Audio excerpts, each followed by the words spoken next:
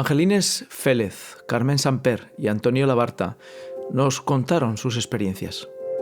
Angelines de América Latina, Venezuela y Colombia, enviada por la Congregación de Santa Ana para una misión educativa. Carmen como laica neocatecumenal en Australia entre los aborígenes en una misión de evangelización, y Toño en varios países africanos, entre ellos Senegal y actualmente en Togo. Miembro de la Congregación de San Juan de Dios, con una notable misión sanitaria y fundacional de nuevas comunidades como provincial en África. Los tres representan esa época rica en ideales y utopías tanto a nivel social como en la Iglesia de nuestro país. Se fiaron de Dios, que en Jesucristo vino a anunciarnos la verdad desde una vida de entrega, tanto en cuestiones sociales como evangelizadoras. Y con una misma finalidad, ayudarles a dignificar sus vidas desde un trabajo digno y desde la nueva vida de la fe. Y todo ello haciéndose uno con ellos. Al Papa Benedicto XVI le gustaba mucho decir: el cristianismo no es ninguna filosofía o recetario moral o una ideología, sino la experiencia que se tiene de un encuentro personal con Jesucristo. Y ellos se lo creyeron, y por eso dejaron trabajos, familia y comodidades, para ser ellos los primeros beneficiados, pues esta es la paradoja del Evangelio: hay más alegría en servir, en dar y en compartir, que hacer de la vida una competición de codicia e individualismo. Cada uno nos habló de su experiencia, coincidiendo los tres en tantas cosas. Toño y Angelines nos acercaban un cristianismo que en África y América está vivo, se expresa con entusiasmo y en comunidades muy pobres, pero que han experimentado cómo su vida se asienta en una esperanza nueva. Qué diferente a la sociedad del cansancio de nuestra civilización europea. Más pendientes de la última novedad tecnológica que de crecer interiormente con aquellos valores que acompañaron nuestra civilización. Afán de superación, inquietud por el saber o participar en un clima de transformación social. Carmen nos acercó a la paradoja del pobre rico, o rico en dinero, pobre en valores humanos. Nos recordaba la respuesta de Madre Teresa de Calcuta cuando fue a Australia a fundar: hoy, en muchos países ricos del mundo, he visto la pobreza más grande, la soledad. Experiencias coincidentes en tantos testimonios a lo largo de sus muchos años de misión. El cristianismo humaniza, allá donde Dios hace morada. Transforma la vida de sus gentes en los tres continentes. Lejos de aquellas imágenes bucólicas del buen primitivo, nos decían lo que vieron. Vidas encadenadas a la bebida, al abuso, al maltrato, a la superstición de oposición entre las diferentes etnias. Toño, en seminarios u hospitales haciendo posible la convivencia de africanos de nacionalidades y religiones distintas, donde hoy son ellos los que dirigen y continúan la misión. O Carmen, al acercarnos la triste realidad de unos aborígenes australianos debilitados en un paternalismo de Estado. Sus tribus, sus reservas, donde han olvidado tantas las tradiciones de sus ancestros para sobrevivir, hoy compensados con subvención estatal. O Angelines entre las tribus de los aymaras, quechuas, guaraníes, en medio de paisajes tan difíciles del antiplano boliviano, tan pobre en producción.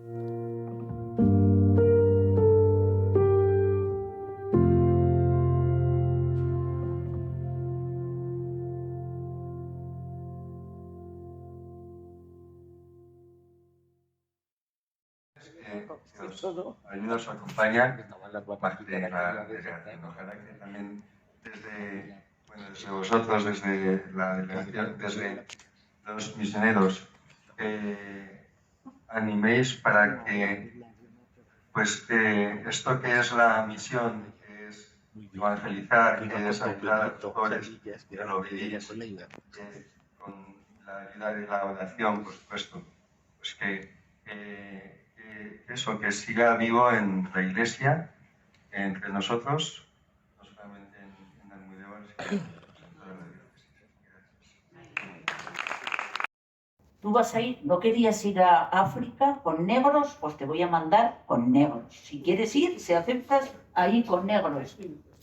Y calor, si quieres pasar calor, allí pasarás calor. Bueno, pues allí llegamos en Daily River, que es donde más tiempo estuve, y nos encontramos con una población que ahora está igual, completamente deteriorada, porque de los horrores que habían hecho los blancos, ya sabéis que les pagaban con alcohol, y entonces se empezaron a emborrachar. Ahora están alcoholizados, con muchos abusos de niños, incluso orígenes que se han encontrado con el dinero que ellos no tenían, porque cuando yo llegué a ese poblado, como están alcoholizados los ancianos, ya no hay la figura del anciano, era el anciano el que regía todo. Pasó a las mujeres. Entonces era una mujer, Miriam Rus, que algunas veces os enseñé que es una artista, y me dijo: Carmen, yo vivía debajo de hace 50 años, 55 ahora, hace 50 años yo vivía debajo de un árbol. Es que nos tenéis que dar tiempo aquí, porque de esa visión empezaron a llegar los... Entonces nosotros estamos viviendo ahí entre ellos. Ellos no necesitan dinero, tienen que aprender, porque luego se reventaban. Vamos a poner a Carmen unas fotos y así Sí. van a ir acabando. Pues ahí. Voy poniendo fotos. Nada.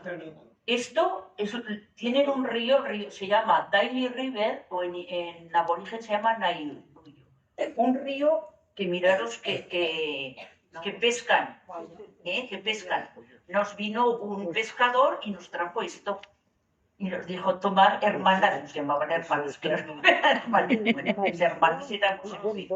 Y para el sacerdote y para nosotros, un pescado que se llama barramandi. O sea, los primeros que desbrozaron fueron los jesuitas. Hicieron una labor tremenda, porque allí tenían muy poco, pero ahora les enseñaron, pues como angelines, a pescar. Les pusieron árboles que tampoco tenían, de frutales, les han puesto de todo, que yo en alguna no lo he puesto, pero ahí tienen mangos buenísimos. Pero luego ellos, ahora con este destrozo de sociedad que han hecho, no saben hacer nada. Que al principio eran ellos los blancos los utilizaban de granjeros o de agricultores, y eran muy buenos trabajadores. Ha salido una foto que había dos canguros, era... Bueno, esta es Pum Bum, que murió estando yo allí, y inteligentísima. O sea, pensar que hablan 3 y 4 lenguas, porque ahí tienen cada uno, en nuestra misión había 5 clanes diferentes, que es un problema el que tienen, porque luego no se llevan bien tampoco entre los clanes. Eso lo teníamos que trabajar, y a nosotros nos intentaban. Los aborígenes han vivido en clanes individuales. Es un problema que en otros sitios no se da, y es un problema que les pasó cuando se tenían que defender del blanco, porque no se juntaban unos clanes con otros. Y allí lo veíamos porque, por ejemplo, un clan tenía poder en el centro de salud, otro clan tenía poder en la escuela, otro clan tenía poder en Merra Penar, de artes que pintan. Pues, por ejemplo, si llegaba de un clan al centro de salud, que era del otro clan, lo dejaban para el último. O sea, tienen esa idea porque han vivido hasta 50 años ancestralmente, y esas cosas cuesta mucho, que es lo que me dijo la que ahora era la anciana, la que hace de anciano, que son las mujeres las que están tomando, porque ya han perdido sus ritos. Yo cuando llegué el primer año fue la última vez que hicieron ritos para enseñar a los jóvenes, les pasaban su espiritualidad, pero era el alcohol y todo eso lo han perdido todo. Pues, Carmen, si te parece, ya se lo pasamos. Vale. Solamente para que las vean. Otra vez. Si luego hay alguna pregunta, ya preguntaré. Eso. Veis las fotos y... Nada, una de las misiones tuve que ir a Timor, a Timor. No solo dices Esto que son y ya está. era en Perth con el obispo, que hicimos una misión de 7 días, para que nos mandó el obispo que fuéramos a visitarlos. Estas son las hermanas de Santana, que están en Palmerston, en Darwin. Son filipinas, pero hablaban perfectamente español. Este es el anciano, el último anciano hombre, Jimmy Nambertu, que se murió estando yo, porque se mueren muy jóvenes, tienen mala enfermedad. Y el sacerdote que entonces estaba, que los canguros se sabe que se han multiplicado y con él había matado 2. Como no, les llega el dinero, pero se lo revientan en el coche que han visto en la televisión, último modelo, y luego te lo encontrabas por el bosque patas arriba. Pero luego a final de mes se quedan sin dinero y van a pescar y lo que les dan. Bueno, pues esto es donde estaba yo, y estos son danzas, estos que hay cada 5 años, inundaciones muy serias. Deberían de mover el poblado, pero no se ponen de acuerdo para mover el poblado. ¿Ves? Tuvimos que salir evacuados porque suben, el río es lo daba, pero hay muchísimo cocodrilo.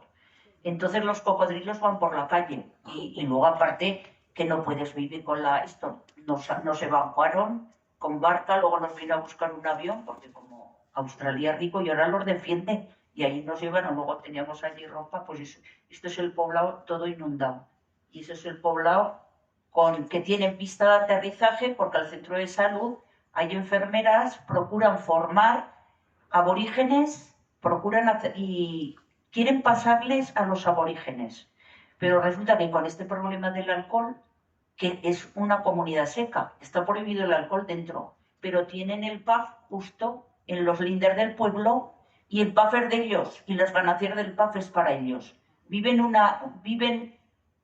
Tiene que pasar muchísimos años y tiene que haber la gente que les va a ayudar, muchísima gente como la Iglesia Católica, profesores van a ayudar, tiene que pasar muchos años para ver si, porque en realidad Australia quería que se extinguieran, sabes que le robó a los niños, otro día si ya lo conté en la generación robada, no sé, no ha sacado aquí vino aquí Almudévar, una de las chicas de la generación robada. Bueno, fin.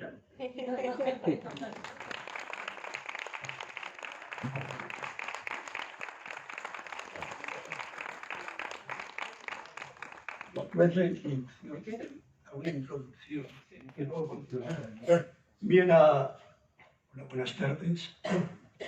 Antes de continuar, yo quería hacer una pequeña introducción sobre el misionero. El misionero que yo llevaba en la cabeza cuando fui a África era el misionero que tenemos todos un poco en la cabeza. Alguien que va a un continente, a un país, anunciando el Evangelio. Él solo y como puede se defiende, ¿no? Pero todo esto ha evolucionado mucho después del Vaticano II.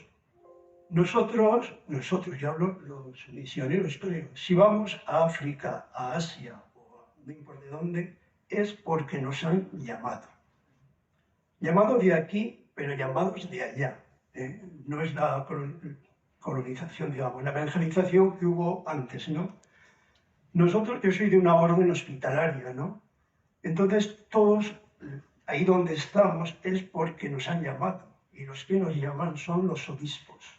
No se puede ir a una nación sin la llamada de una iglesia local africana. Esto lo tenemos que tener muy bien claro pues, en la cabeza, ¿no? Y entonces cuando se va allá, se discute con ellos qué quieren de nosotros, dónde vamos y cómo nos metemos de acuerdo, ¿no? Bien, entonces en el 1985, creo, sí, me dijeron de ir a África. Bueno, yo creo que ningún misionero siempre te asustas al principio, ¿no? Y me dijeron que fuese porque había en una comunidad un vacío de un hermano que se había marchado. Había que ir a reforzar esta comunidad. Y fue en el Senegal cuando yo llegué. Y me impresionó ver toda esta cantidad del hombre africano, ¿no? De negros, no había ningún blanco en aquella época. Y allí en Senegal había una comunidad solamente. Y entonces yo iba en un refuerzo. Y fueron los 3 primeros años de mi vida como misionero, pues muy interesantes, porque como decía Carmen antes, todos vamos con la ilusión de entregarte a una misión sanitaria. Me acuerdo que hacíamos pues todo, la radiología, laboratorio, todas las consultas, etc., ¿no? Pero ya tenían una idea de lo que yo tenía que hacer en el tiempo, la tenían ellos, no yo, porque bueno, la evolución fue un poco diferente. Yo estuve en el Senegal 3 años y a los 3 años me enviaron al Togo. El Togo es el país en el cual estoy ahora yo, ¿no? Por ahí abajo lo veis. Y me fui para la formación. Yo en los 3 primeros años que estuve en África había unas cuantas comunidades, no muchas. Pero me di cuenta que había, bueno, estábamos unos 50 hermanos europeos, la mayoría españoles e italianos. Pero ya empezamos, o yo empecé con un grupo de hermanos a ver que tal como íbamos, esto no tenía ni futuro, ni pies, ni cabeza. Era estar en África y no ver un relevo a nuestra generación sería cerrar lo que estábamos haciendo, ¿no? Y entonces se hizo una opción por la fundación, fundar centros y consolidarlos. Y en este periodo de tiempo pues, se fundaron todos estos centros que veis aquí, que fueron, yo creo que son 13 o 14, puede seguir pasando si quieres. Sí. Atrás, no, va atrás. Sí, atrás. Vale, estos son los centros, los países que se han ido creando durante todo este periodo de tiempo, que son 13 países, de Mozambique, Ghana, Togo, Benín, etc. ¿no? Países francófonos y países anglófonos. Son las lenguas que se hablan en África. Esto es lo que se ha llegado hasta ahora, ¿no? Yo me fui al noviciado. El noviciado es un seminario de la formación de hermanos y bueno, yo trabajé como responsable de la formación durante unos años y fue cuando hubo un gran auge vocacional en África, ¿no? Muy fuerte en aquel tiempo. Y fueron saliendo bastantes vocaciones, muchas vocaciones, de las cuales pues algunas se han ido, pero otras se han quedado. Pero poco a poco, cada presencia, aquí tenéis diferentes hospitales que se han ido creando en África, iban llenándose, las comunidades iban cambiando de color, de los europeos a los africanos. Al principio hubo una serie de conflictos, ¿no? O sea, en la misión, cuando las comunidades son todas europeas, no hay mucho problema. Cuando la comunidad es europea y hay algún africano, el problema lo tienen los africanos, porque se sienten pues, menos, se sienten, bueno, un racismo latente, ¿no? Cuando el africano se iguala al europeo en vocaciones, pues empiezan a aparecer conflictos. El grupo de misiones comenzó a realizar sus actividades de tipo solidario en el año 1990. Fueron muchas y variadas las acciones que realizamos con la ayuda de muchos colaboradores y una muy buena acogida y respuesta por parte del pueblo. Recordamos las primeras actividades con las que empezó el grupo, recogida de periódicos, medicamentos. Se continuó con la exposición y venta de comercio justo, subasta de cuadros regalados por pintores de nuestro pueblo, participación en festivales de canción misionera en distintas sedes nacionales, tómbolas, las fiestas de septiembre, de objetos donados por los vecinos del pueblo, carreras de patos. Además del dinero que conseguíamos con las actividades, teníamos y todavía mantenemos una financiación fija de colaboradores que aportan sus donaciones.